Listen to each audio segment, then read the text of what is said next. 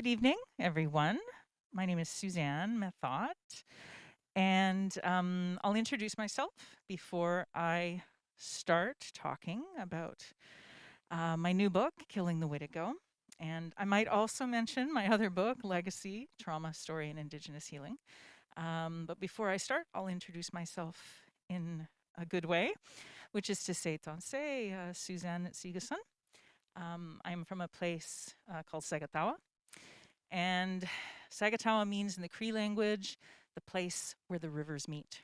And it's also known as the Peace River because that was the place in, I'm going to forget my dates, probably 1780 something or maybe early 90s, where the Dunza and the Cree signed a peace treaty. So it's been known both as the place where the rivers meet, where the Smoky and the Peace meet, and then the Heart River joins the flow as well. But it's also been known as the Peace River, and the settler town is also called Peace River. So I grew up in the Peace, and I'm delighted to be here tonight at Iron Dog Books in the beautiful East Hastings neighborhood. And yeah, what else do you need to know about me?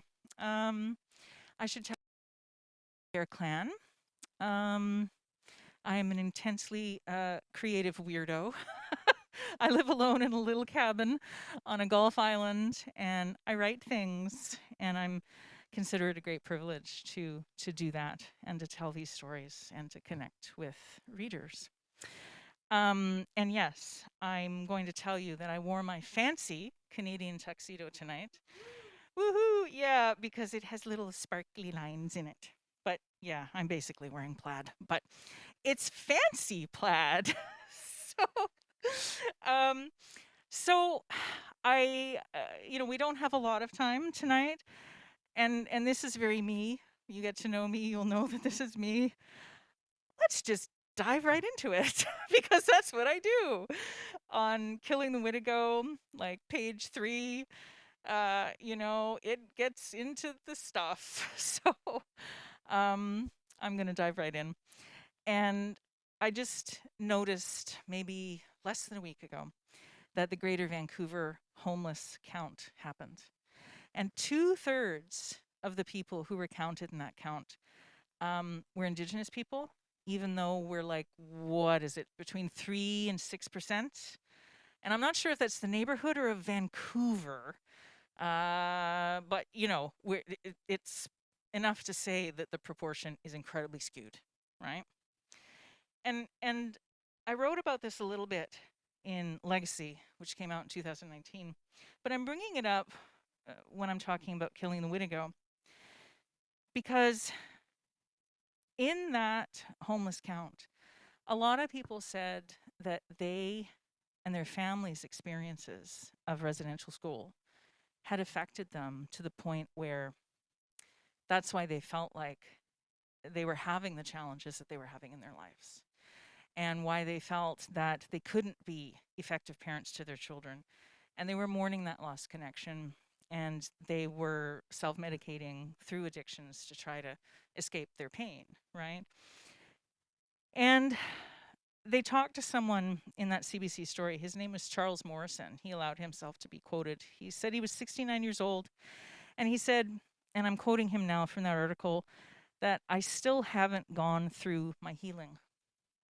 And he said something later about, I suppose it's time, or it's been a long time.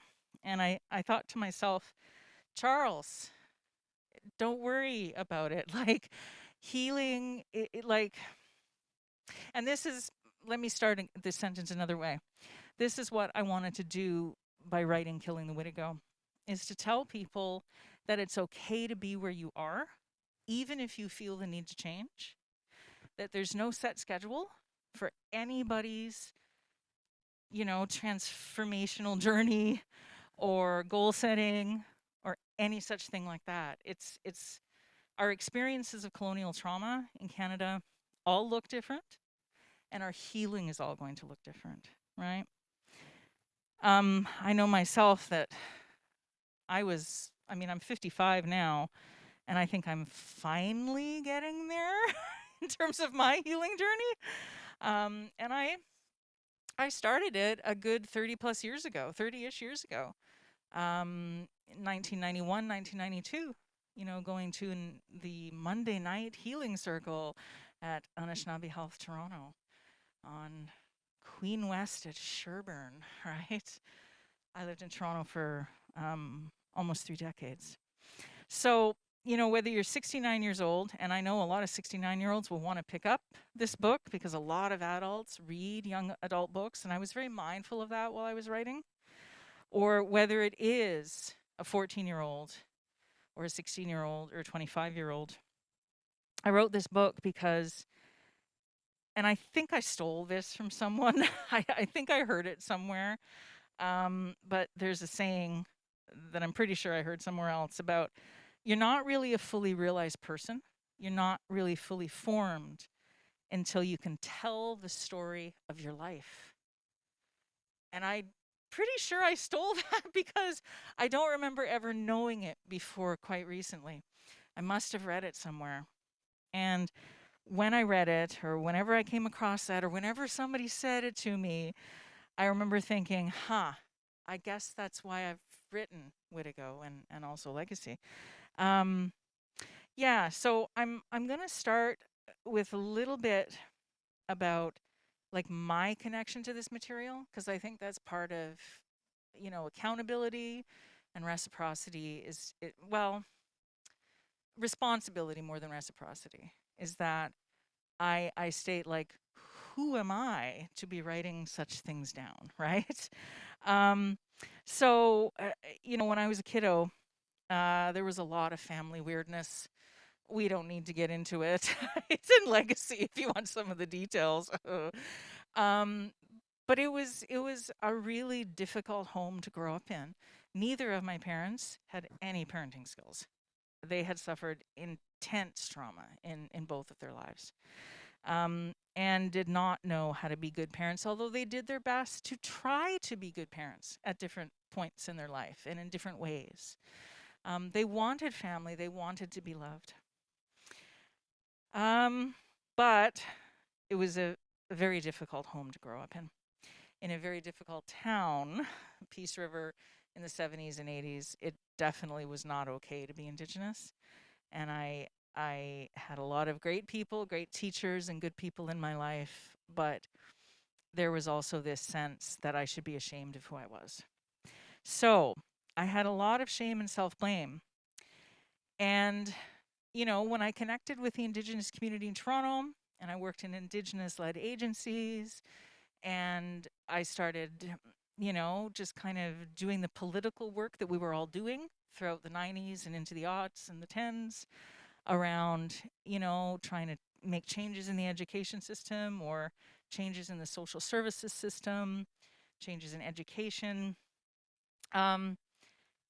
We were all doing that work of doing work for community, but also doing our own work at the same time.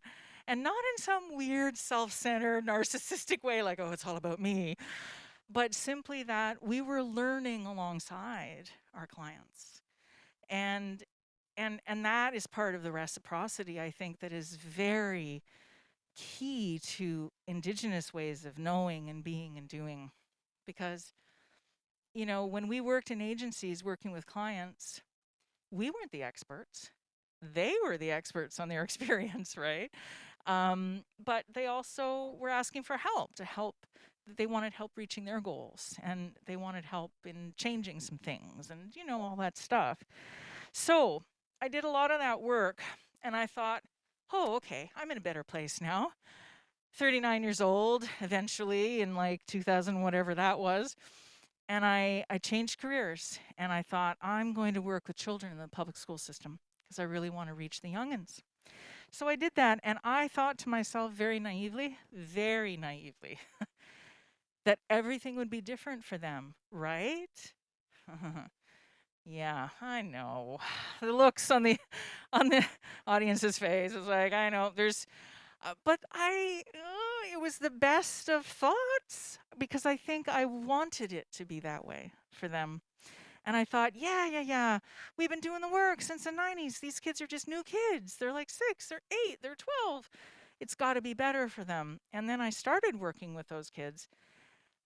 And the level of like anxiety and depression, and there was a lot of self-blame and shame and the things that I had dealt with myself as a student in the 70s and 80s, these kids were dealing with.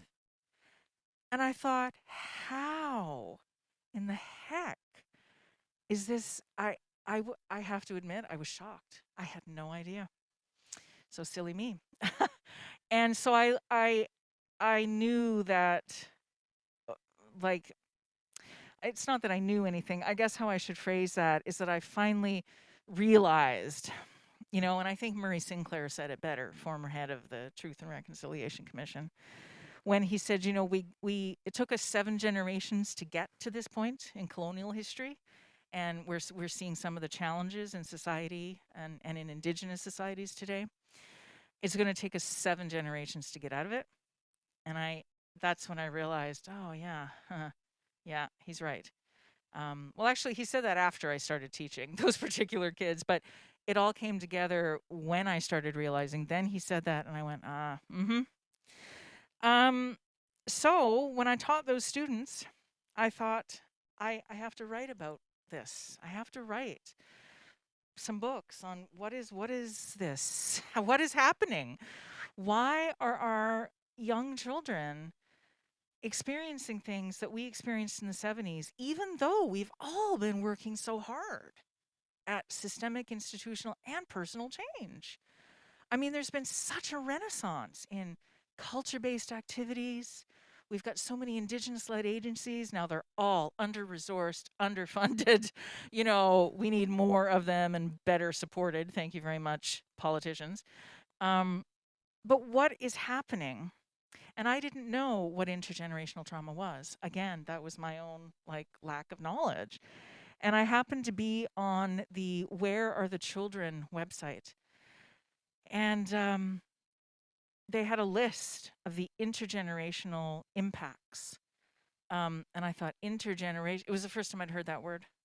And I saw it on their website and I went, oh, looky at that. And I saw myself in that list. And that list, I have it in Legacy. It's too long to get into here, but just the things on that list, it was about our societies, it was about our families, it was about parenting, it was about how some of these experiences of colonial trauma and all the unresolved emotions that they then create, and then those wrong thoughts that we have about ourselves when we survive these trauma, and people put these weird stories in our heads about who we are and how we are, and they pathologize us. They think that somehow all of this is inherent somehow or a part of Indigenous cultures, which of course it's not. It's a result of colonization. I started realizing, oh, this is what I'm seeing. This is what I've experienced. This is intergenerational. And I thought, I've got to write about this. So here we are. Legacy came out in 2019, and I've had, more than a handful of younger kids saying that they've picked up Legacy and read it. But I knew that it's not a kid's book.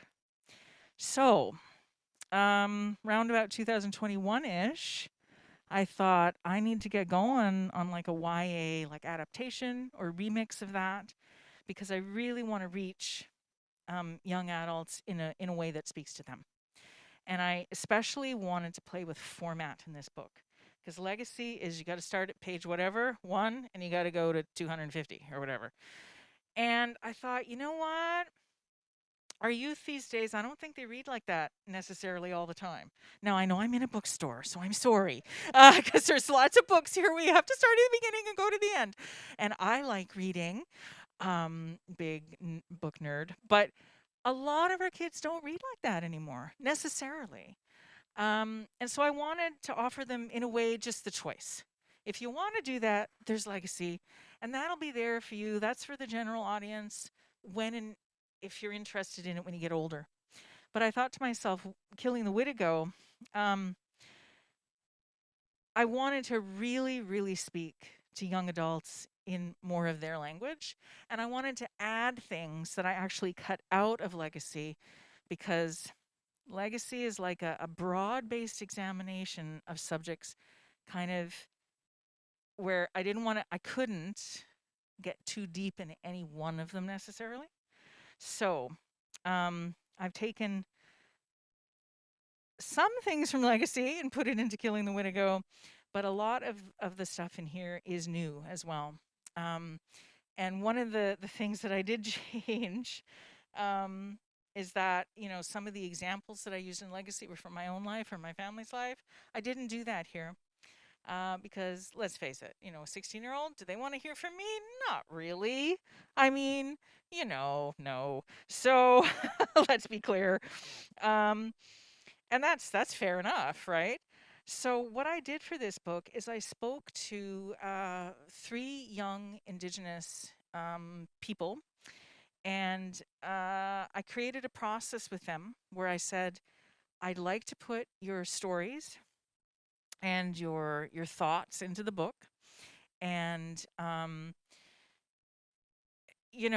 but I want you to be comfortable with it all, right? I want you to be able to see the text before it gets submitted in the manuscript and put into a book. I want you to have all the choice, all the control, because it's not me as some little expert being extractive with you and taking your stories and then putting them somewhere.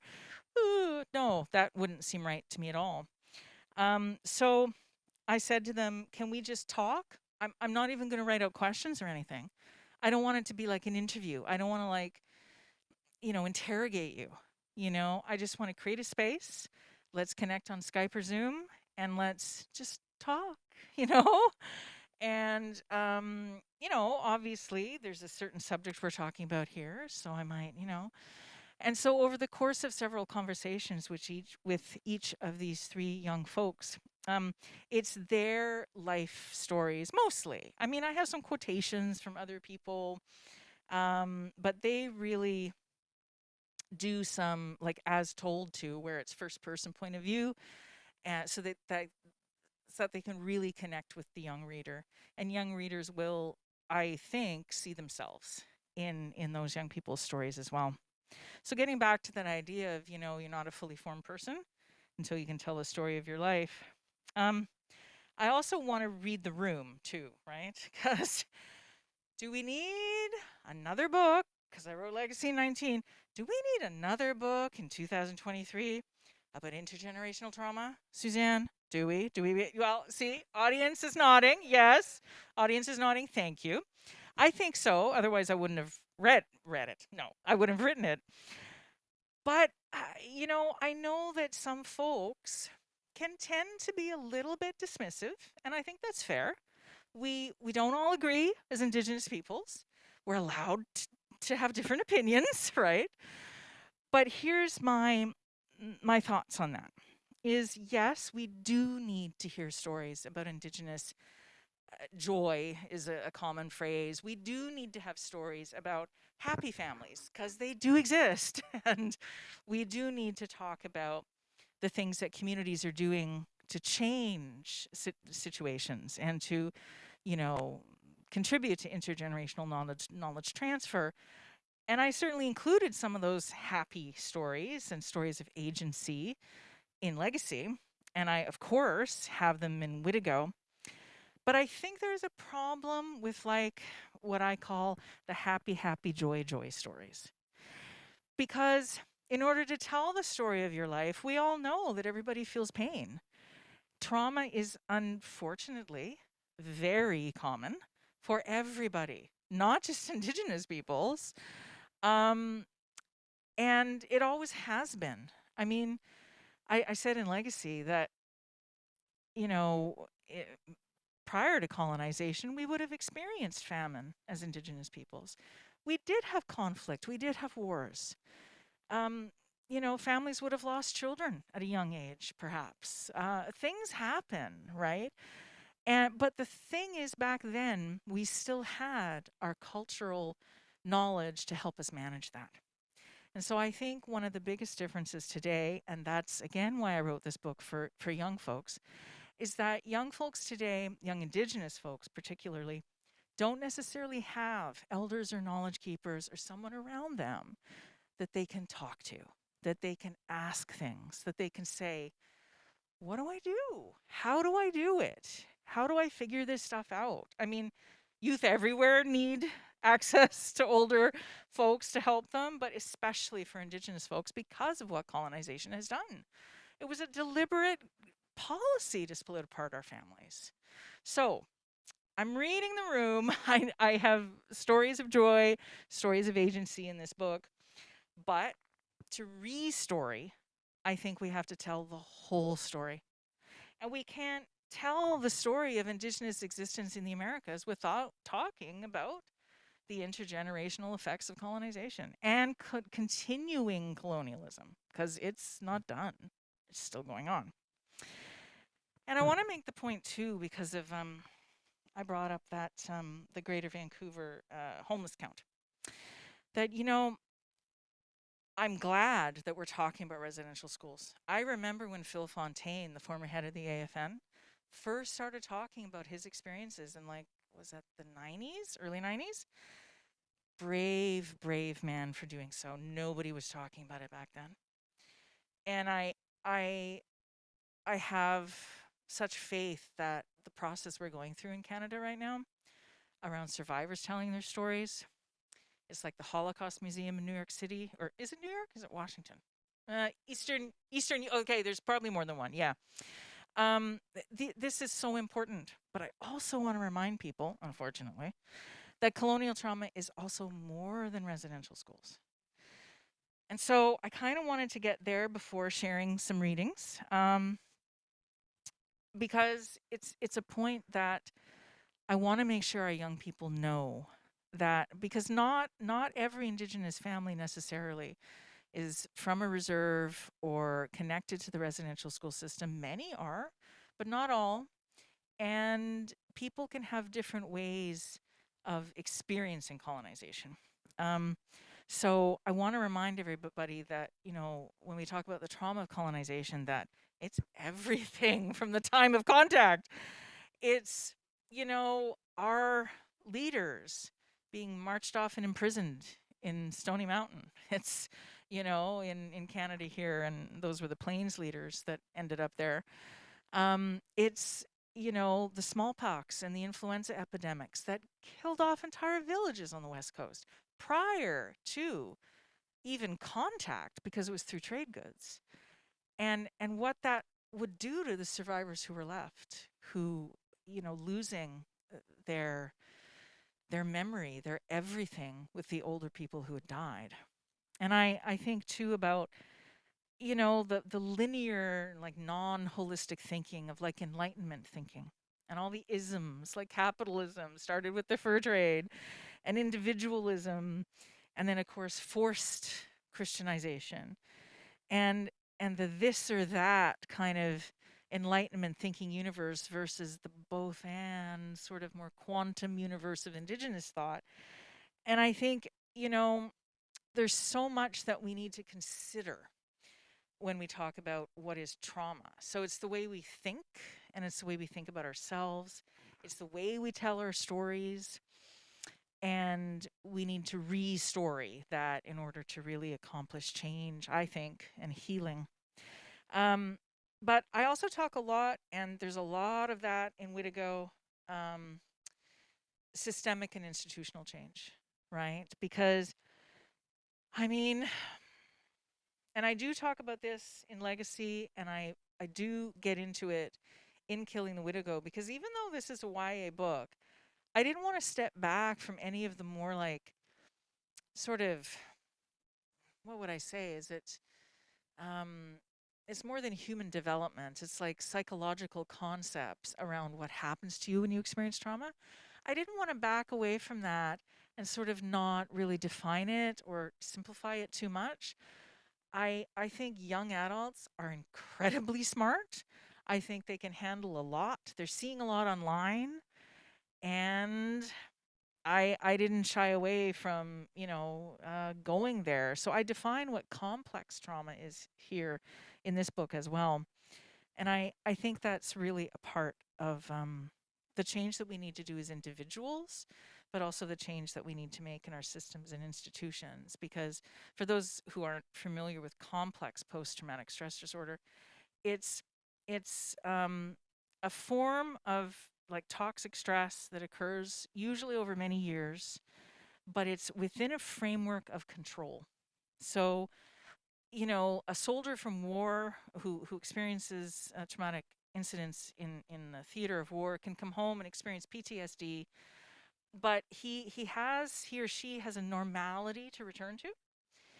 Complex trauma, and so I should also say, sorry, that PTSD can also be like a one-time experience that is incredibly traumatic, like an assault or a robbery, natural disaster, and then you're left with the post, traumatic effects, right? Complex PTSD is all of that. It can be a one-time thing, what happened to you in residential school, or it can be a long thing over time.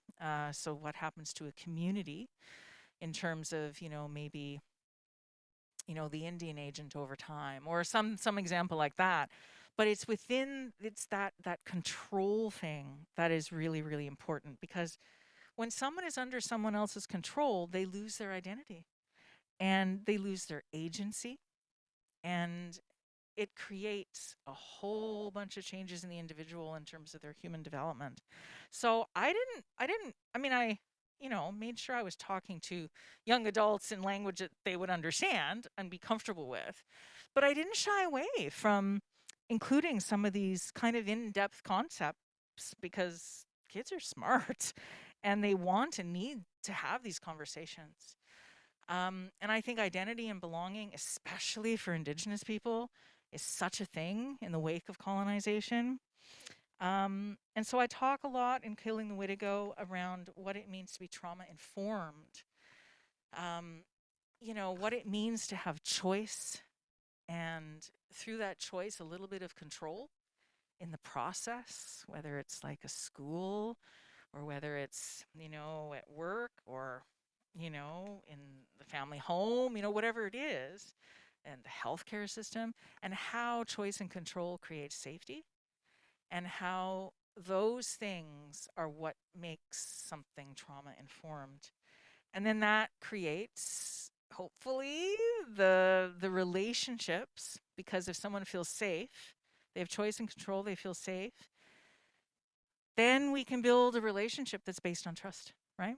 And then hopefully, I know maybe I'm being too positive again and optimistic, but through that will come change, right? Real, lasting, societal, individual, systemic, institutional change. I will stand for nothing less. I will accept nothing less, rather. So I don't know, did you want me to read for the, okay. Because, I've done a bit of talking about stuff and why I wrote it and sort of what's in it. So yeah, I think I should share some of what's in it. So excuse the flapping of papers here.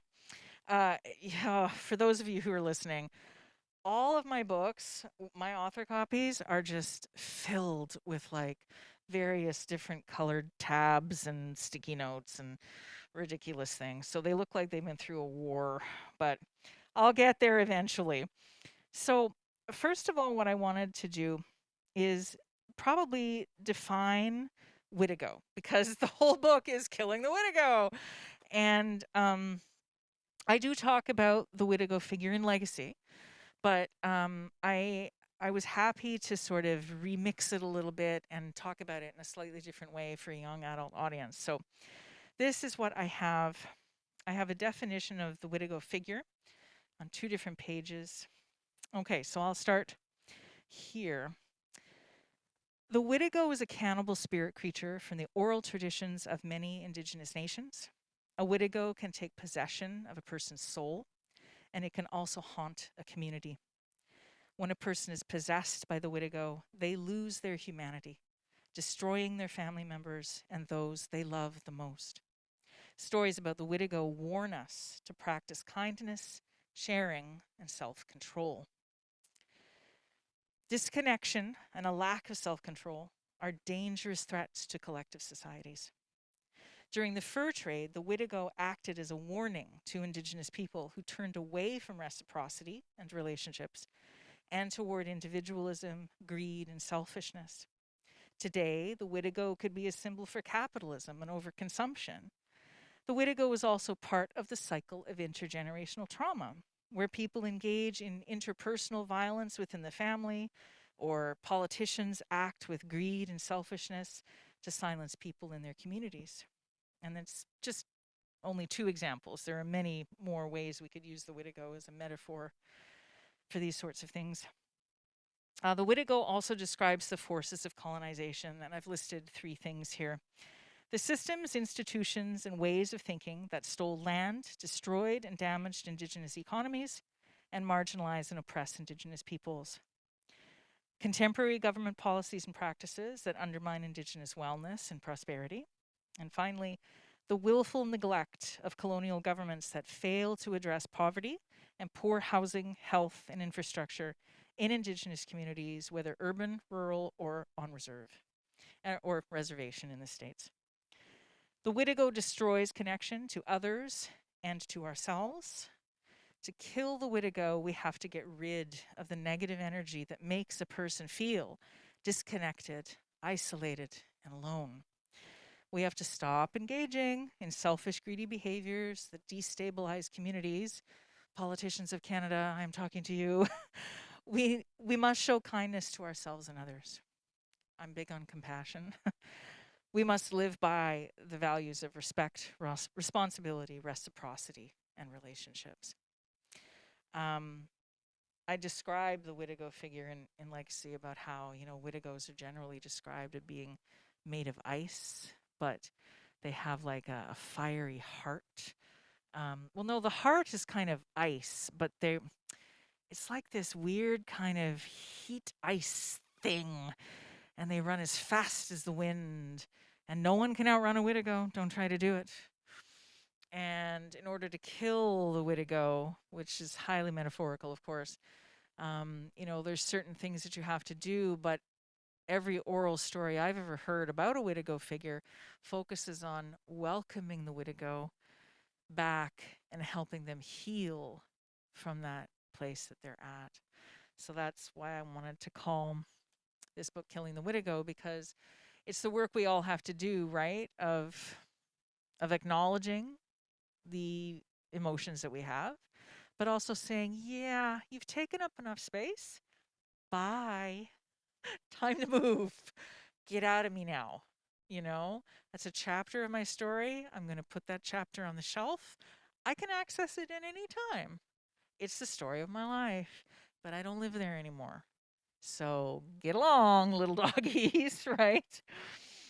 Now I've got another couple of readings, if you can stand me for a few minutes, okay? Because the young folks that I spoke to for this book, they've contributed such amazing words and thoughts. So I want to go to page 193. Not that you can see that, but here I am, because I talked about systemic change, right?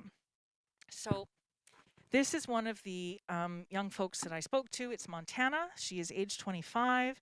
She comes from the Shoal Lake number 40 First Nation, and she also lives in Peterborough, Ontario. She's posted some poetry on Instagram, and she's just awesome.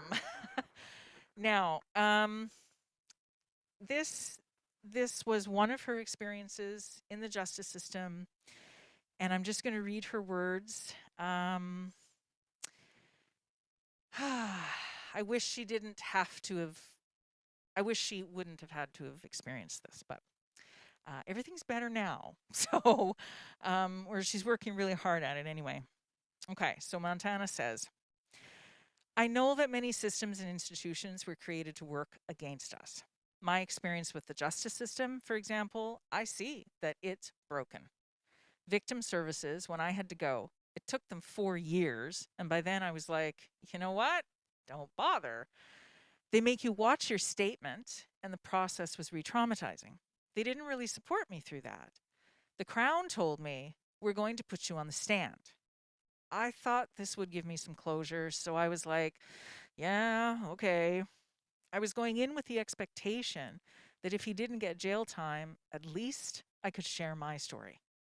But then the Crown decided, well, we don't want to re-traumatize you, so we're not going to do that. We're going to let him go. And I'm like, victim services re-traumatized me already. I went and got drunk after that. I kind of feel resentful towards Kenora and the justice system.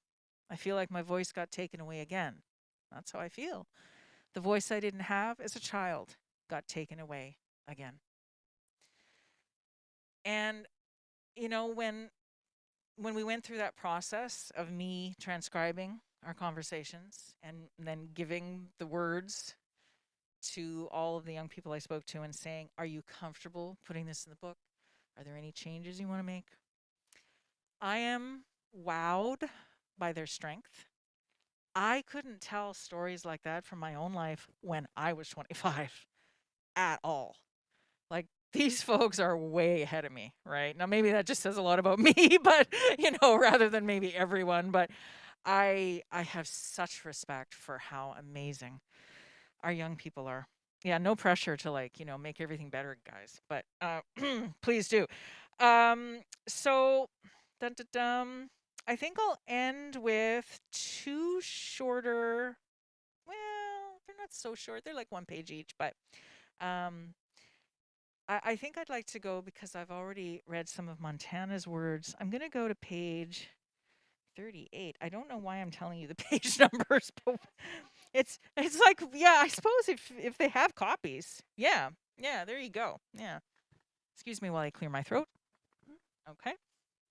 So, I don't know if you're familiar with something called a reverse poem. It's something that a lot of teachers use. It's used in like community writing workshops, like, and what it is that you write a poem where, if you read it the, you know, normal Western poem way, first line down to the bottom, it says one thing. But if you read it from the last line and go up, it says a different thing. And you know what? I have tried to write reverse poems. They're really hard, because to do that, I mean, the care that you have to take with your word placement and your punctuation, I mean, so Montana has written a reverse poem. It is posted on Instagram. She has put this out already, and I got her permission to include it in the book. Now, the first version of it, so top down, is hard. I'm not gonna sugarcoat it. She was in a bad place when she wrote it. But when I read it from the bottom up, you'll see the difference. So, this is a reverse poem by Montana. I will always be just a drunken Indian. Do not try to tell me that I will be successful in life. There is no doubt. My future is already written, because I have internalized the oppression. I will never think I am more than just my trauma. And even though my race defines my future, I know it is not reasonable to believe it is possible to reclaim what was taken. I acknowledge that I deserve the depths of my oppression. The stereotypes overpower my strength, and it is a waste of time to think things will change. And that's a hard thing to hear. But I give her such, like, I honor her for being so strong enough to share that and to put those words down. So when you read it in reverse, you'll see where she is now. So starting from the bottom, it goes, things will change. It is a waste of time to think the stereotypes overpower my strength, and I deserve the depths of oppression. I acknowledge that it is possible to reclaim what was taken. It is not reasonable to believe my race defines my future. I know I am more than just my trauma. And even though I have internalized the oppression, I will never think my future's already written, because there is no doubt I will be successful in life. Do not try to tell me I will always be just a drunken Indian. And my head explodes. And my heart explodes. And young people are awesome. Let's just sit with that for a moment. And all the recording people, you can sit with us too. It's silent, it's supposed to be. I just love, I was working with some students earlier today because I'm visiting Vancouver today, and I did a couple of different events. And one of them had a comment about when I shared that poem with them, where they said the word they used was the motivation. They really hear Montana's motivation for change in that poem. And I said, yes, right? And that's the, no pressure, guys, but that's the different world. I see it right there. Yeah. And you can cut this off if you want, but I wanted to leave everyone, because I've talked about healing, that I think it's important that we sometimes define healing, right? Let me grab my torn up sticky here at the end of the book. And, I only had a page, so there's about 20 million things I've probably forgotten in this list. And of course, this is only me and some people I spoke to, and, along the way, things that clients and students have told me in my work in agencies and in schools. I mean, people hearing this list, they might have a million different things that they want to add, right? But I thought it was important to at least get that conversation started. So I have here page 212. What is healing? It's different for every person. The meaning will change at different points in the journey. So there's just a big list. Finding a spiritual process that includes transformational change and cultural renewal for people and communities. Getting back to our original soul, the sacred being we were at birth. Balancing mind, body, spirit, and emotion.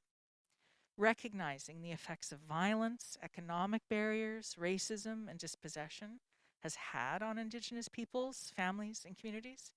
That was a big one for me. The whole social justice activism thing brought me a lot of healing. Gaining and sustaining hope, developing a sense of identity and belonging, having a feeling of well-being, empowerment, and control, working towards spiritual, mental, physical renewal or wellness, gaining control over the direction of your life so you can reach your full potential, however it is you define that. Changing community systems and improving social conditions. Becoming joyful and open-minded and open-hearted. Reconnecting to your needs and believing that you are worthy of having them met. That was a big thing for me. Mourning what happened to you and grieving what was taken. Learning how to be safely vulnerable and connect with others. Healing is a journey. It's not an outcome or a cure. It's a process that is unique to each individual. Healing continues throughout a person's lifetime and across generations. It's an individual and a collective process. It's about seeing, feeling, and becoming. So I'll end on that. And if you have questions, oh yes, stomp, stomp.